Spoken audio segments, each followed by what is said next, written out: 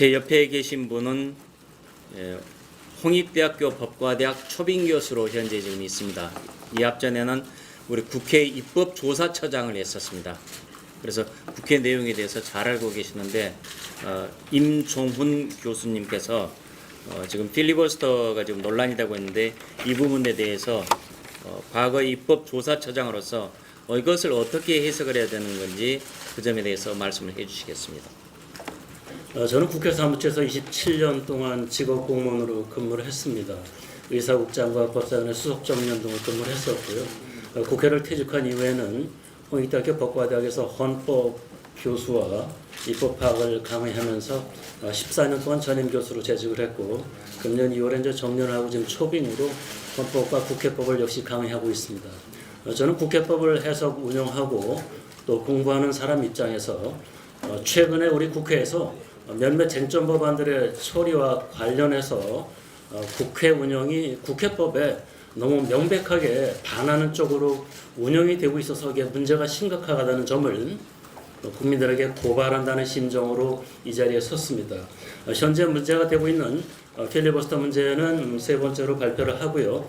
그동안의 국회 운영과 관련해서 가장 대표적으로 문제의 발단이라고 할 수 있는 사개특위의 불법 사보임 문제, 그 다음에 신속처리 대상 안건의 상임위원회 심의기관을 충족해주지 않은 문제 등을 간단히 얘기한 다음에 쟁점이 되고 있는 필리버스터 문제에 대해서 여러분께 길지 않게 보고를 좀 드리도록 하겠습니다. 우선 사개특위 불법 사보임이 문제의 발단이라고 생각이 됩니다. 금년 4월 25일 오신환 바른미래당 소속 당시 사개특위 소위원장이 본인의 의사에 반해서 김관영 원내대표 요청으로 국회의장이 사보임을 단행을 했습니다. 그 외에도 권은희 의원도 역시 사보임을 당했는데요. 이 부분은 명백하게 국회법 제48조 제6항에 반한다는 말씀을 다시 한번 드리고 싶습니다. 제16대 국회에서 2003년입니다. 2003년 초에 정치개혁의 일환으로 상임위원회 제도라는 것이 의원들의 전문성을 제고하기 위해서 상임위원들을 두고 있는데, 상임위원들이 너무 쉽게 사보임이 되는 걸 방지하기 위해서 2003년 초에 임시회 회기 중에는 위원회 개선을 원칙적으로 금지했습니다. 그 국회법을 48조 6항을 새로 도입을 했는데, 이러한 금지한 입법 취지를 본다면 사보임이 국회법에 부합하는지 여부는 저는 엄격하게 해석을 해야 된다고 봅니다. 이런 엄격 해석 취지에 보았을 때 의원 본인의 질병 등 부득이한 사유가 아님에도 불구하고 본인의 의사에 반해서 사개특위 위원을 사보임했다는 자체가 저는 명백하게 국회법 위반이다. 거기에서부터 문제가 시작되는 말씀을 드립니다. 두 번째는 사개특위에서 공수처법안 등이 심의되다가 사개특위가 활동이 종료됨에 따라서 법사위를 거쳐서 지금 본회의에 부의되어 있는데, 이것이 신속처리 대상에 관해서 국회법이 요구하고 있는 바를 충족하지 못하고 있어서 또 문제가 심각하다, 그 말씀을 드리는 겁니다. 신속처리 대상 안건으로 지정된 법률안의 경우 국회법에서는 소관위원회는 상임위원회든 특위든 180일, 법사위원회는 체계자구 심사를 위해서 90일을 소비하도록 90일을 심사하도록 국회법이 보장을 하고 있습니다. 국회법 98조 2 제3항입니다. 공수처법안 등 사개특위 법안의 경우에는 신속처리 대상 안건으로 지정된 후 123일 만에 사개특위 활동이 종료됨에 따라 소관위원회 보장된 180일 중 50일이 부족한, 달리 보면 57일이 증발된 상태에서 법사위원회를 거쳐서 본회의에 부의되어 있는 상태입니다. 신속처리 대상 제도는 180일과 90일이라는 위원회 단계에서의 심사기간을 소수파에게 보장하면서 그 기간이 충족이 된 다음에는 다수파에게는 이 법안은 반드시 본회의에 부의되도록 하겠다라는 소수파와 다수파의 이익을 적절히 절충한 그러한 제도입니다. 그런데 다수파의 이익을 보장하기 위한 본회의 부의는 되었는데 그거를 의장시켰습니다만, 그 전에 소수파를 보장하기 위해서 담보되었던 180일의 소관위원회 심사기간이 충족되지 않은 상태에서 그 이후 절차가 진행되었다는 점에서 본회의 부의가 명백하게 국회법에 위반된다는 말씀을 다시 한번 드리고자 합니다. 다음에는 마지막으로요. 현재 문제가 되고 있는 무제한 토론에 대해서 좀 말씀을 드리겠습니다. 국회법 제7조를 보면은 국회의 회기는 본회의 의결을 거쳐서 정하도록 되어 있으며 국회법 제506조 2 제1항에 의하면 본회의에 부의된 안건에 대해서는 무제한 토론이 가능합니다. 그렇다면 회기 결정의 무제한 토론이 인정되는지 여부를 판단하기 위해서는 첫째는 회기 결정의 건이 국회법 제106조 2 제1항에서 규정하고 있는 안건에 해당하는지를 검토해 봐야 되겠습니다. 두 번째는 이 안건에 대해서 토론이 가능한지 여부를 또 검토해 봐야 됩니다. 우선 국회법 제106조 2 제1항에서 규정하고 있는 안건의 의미는 법률안 등 안의 형식을 갖춘 것과 회기 결정의 건 등 안의 형식을 갖추는 것, 이걸 안의 형식을 갖추지 않은 것, 이걸 실무적으로 건이라고 얘기하는 겁니다. 그래서 이 두 개를 합해서 안건이라고 하는 겁니다. 따라서 회기 결정의 건도 국회법 106조 2 제1항에서 규정하고 있는 안건에 해당하는데 물리적 해석에 의하면은 아무 문제가 없다라는 말씀을 드립니다. 그 다음에 안건에 대해서 무제한 토론을 진행하기 위해서는 그 안건에 대해서 토론이 가능해야 된다고 봅니다. 무제한 토론은 토론의 연장선상에서 인정이 되기 때문에 그 안건에 대해서 토론이 인정이 되는지 여부를 또 살펴보아야 되겠습니다. 그런데 이미 아시는 바와 같이 회기 결정의 건에 대해서는 2013년 9월 2일 제320회 국회 정기회에서 통진당 소속의 김미 의원이 반대 토론을 한 선례가 있습니다. 또한 국회법에서 일부 안건에서 국회법에 명문 규정이 없음에도 불구하고 일부 안건에 대해서는 이거 토론이 안 된다. 또 국회법에서 일부 안건에서는 이거는 토론이 불가하다라고 국회법에서 명문 규정이 있는 경우도 있고 관례로 인정이 되는 경우도 있습니다. 명문으로 토론을 금지하는 국회법 규정으로는 국회법 제77조에 의한 의사일정 변경 경우의 동의, 이거는 토론하지 못하도록 되어 있습니다. 그 다음에 국회법에 명문 규정이 없지만 관행적으로 토론을 진행하지 않은 안건들이 있습니다. 대표적으로 인사에 관한 안건, 국회의원 사직의 건, 이런 거는 토론 안 하도록 국회 관행이 정착이 되어 있습니다. 그런데 회기 결정의 건은 이 두 가지 어디에도 해당이 되지 않습니다. 제가 지금 말씀드린 건 국회법 해설집에 있는 것을 그대로 인용한다는 말씀을 드리겠습니다. 결론적으로 무제한 토론은 토론의 연장선상에서 설계된 제도로서 회기 결정권에 대해서도 무제한 토론이 가능하다라고 봅니다. 그런데 제가 듣기로 국회 사무처 의사국에서는 회기 결정권에 대해서 무제한 토론이 인정될 경우 한 회기 동안 무제한 토론이 이루어진 후 다음 회기가 되어서 전 회기에 대해서 표결한다는 것은 회기 결정의 건을 무의미하게 만들기 때문에 인정할 수 없다라는 얘기를 한다고 저는 듣고 있습니다. 그러나 그동안 회계에 관해서 여야 간에 이견이 있을 경우 회계를 결정하지 않은 채 30일간의 회기가 경고한 선례가 아주 많이 있습니다. 이러한 점을 감안하면 억지로 회기를 짧게 잡으려고 무리수를 쓰는데 더 큰 문제가 있다고 보고요. 회기 결정의 건에 대해서 무제한 토론을 진행하고자 하는 것은 여러분도 짐작하시는 바와 같이 회기를 정하지 말자는 것이 아닙니다. 헌법에서 보장한 임시의 회기인 30일을 회기로 정하자는 주장이라는 걸 말씀을 드리고 있습니다. 그리고 무제한 토론을 30일간 진행하기는 현실적으로 쉽지는 않습니다. 그런 측면에도 사무처의 입장은 무리가 있다고 봅니다. 결론적으로 무제한 토론 제도는 국회 내 다수파와 소수파가 입장을 달리하는 안건에 대해서 타협과 절충을 촉구하기 위한 소수파의 도구로 인정된 점을 감안해서 저는 회기 결정의 건에 대해서도 무제한 토론이 당연히 인정되는 것이 국회법의 정신이라고 말씀을 드리겠습니다. 이상입니다. 입법조사처장님 감사합니다.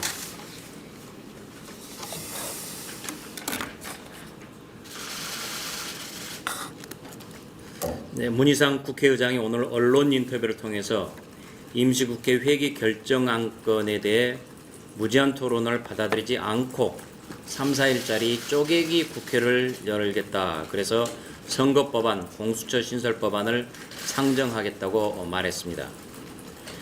국회의장의 중립적 의사 진행 책무를 버리고 문 의장이 민주당의 하수인 노릇을 하겠다는 생각을 공개적으로 밝힌 것입니다.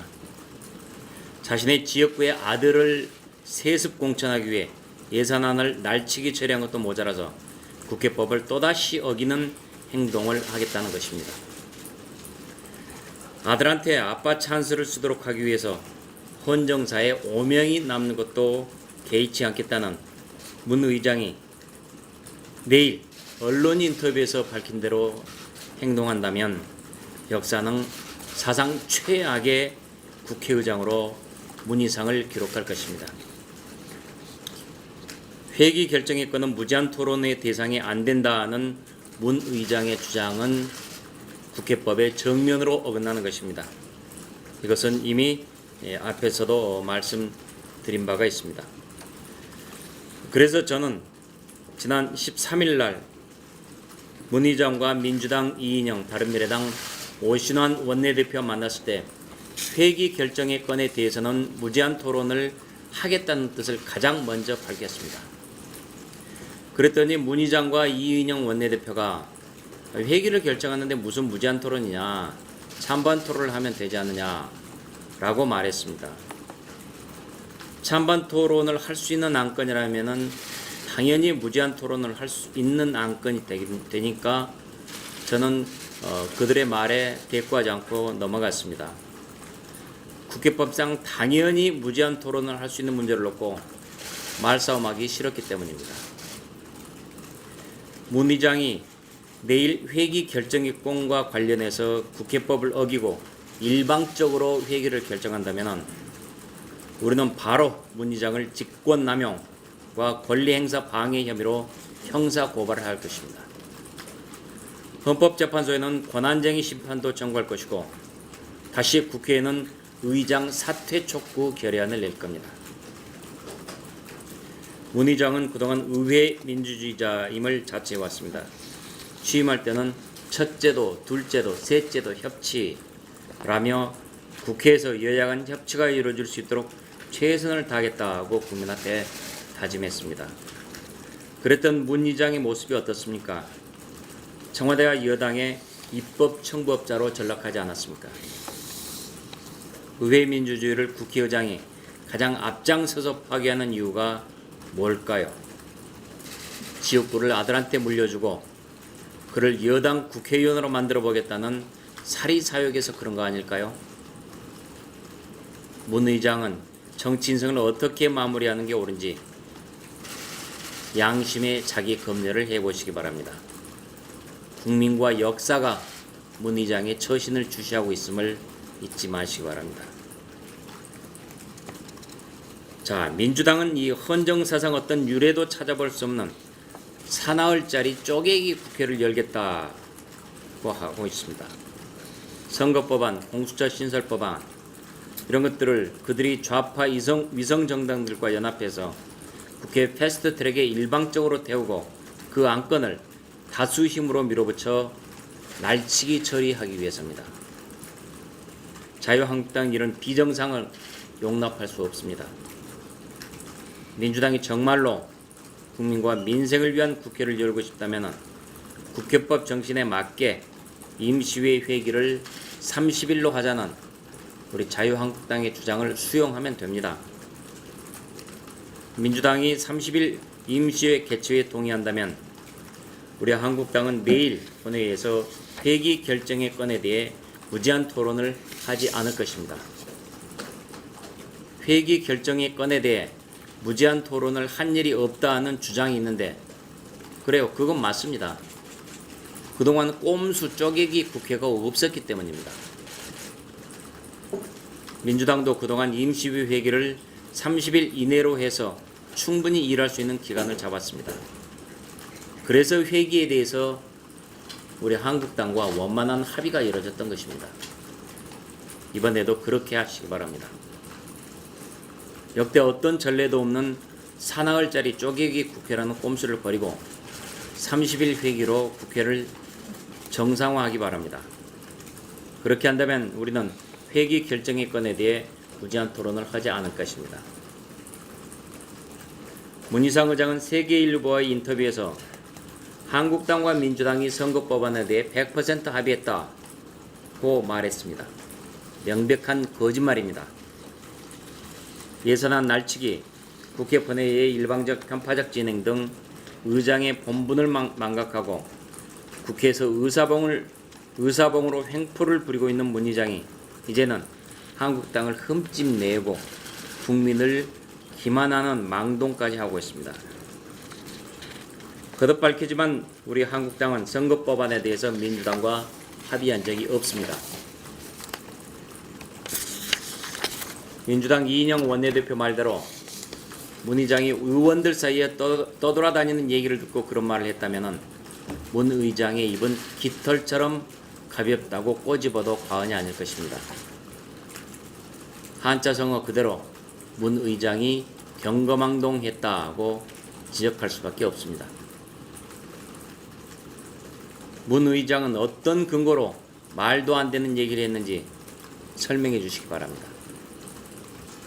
납득할 만한 설명을 하지 못한다면 허위사실 유포 혐의로 문제가 될 수 있음을 경고합니다. 선거법 개정과 관련해서 민주당이 연동형 비례제를 완전히 포기한다면 우리 한국당은 협상할 뜻이 있습니다. 한국당과 민주당이 100% 합의했다는 말은 민주당이 연동형 비례제를 포기한 다음에 성립 가능한 말입니다.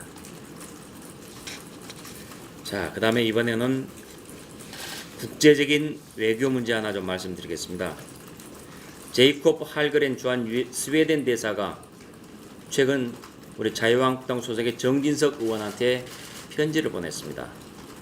정 의원은 한국 스웨덴 의원 친선협회장을 맡고 있습니다. 자, 이런 편지인데요. Dear Mr. Representative 정 해가지고 있는데 여러분한테 이걸 드렸는지 모르겠습니다. 좀 드릴게요. 이 스웨덴 대사 편지를 보면은 문희상 의장의 행태가 가관입니다. 치졸하게도 한국당을 음해했다고 볼 수밖에 없는 내용이 이 편지에 담겨 있기 때문입니다. 할그렌 대사의 편지에 따르면은 문 의장은 스웨덴 정부 측에 한국당의 행태에 대한 우려를 언급합니다. 그러면서 그것을 핑계로 오는 19일로 예정된 스테판 르벤 스웨덴 총리의 대한민국 국회 연설 장소를 변경하겠다고 밝힌 것입니다. 주한 스웨덴 대사관 측에 확인해 보니까 스웨덴 총리는 19일 오후 국회 예결위원 회의장에서 연설할 계획이었다고 합니다. 문 의장은 이 연설 장소를 바꾸겠다는 뜻을 스웨덴 대사관 측에 전달하면서 자유한국당 행태에 운운하며 핑계를 댄 것입니다. 스웨덴 대사관은 이런 전후사정 국회 상황을 잘 모르는 상황에서 문 의장으로부터 입장을 전달받고 나서 정진석 의원한테 심재철 원내대표와 스웨덴 대사의 만남을 주선해달라고 요구했습니다. 스웨덴 대사는 뭐라고 했냐면은 신속한 조치를 취하지 않으면은 한국당에 대해 국내외에서 역풍이 불 수 있는 심각한 상황이다 라고 말하면서 저를 만나자고 한 것입니다. 문희상 의장이 한국당을 욕하면서 스웨덴 총리 연설 장소 변경을 운운했기에 스웨덴 대사가 이렇게 역풍 운운한 것 아닙니까? 문희상 의장의 말을 듣고 스웨덴 대사는 한국당에 대해서 편견을 가졌을 게 아닙니까? 우리는 스웨덴 총리가 국회에서 연설하는 계획도 전혀 알지 못했습니다. 문 의장이 한국당에 대해서 어떤 음해를 했기에 스웨덴 대사가 정진석 의원한테 이런 항의성 편지를 보냈는지 문희상 의장한테 묻지 않을 수 없습니다. 문 의장은 자신의 치졸한 행동에 대해서 정직하게 설명하고 우리 한국당에 대해서 진솔하게 사과해야 합니다. 문 의장이 쪼개기 릴레이 국회를 열겠다고 하는 것처럼 그의 경거망동이 이렇게 릴레이식으로 이어지고 있습니다. 참으로 개탄스럽습니다. 문 의장한테 충고드립니다. 제발 자중자애하십시오.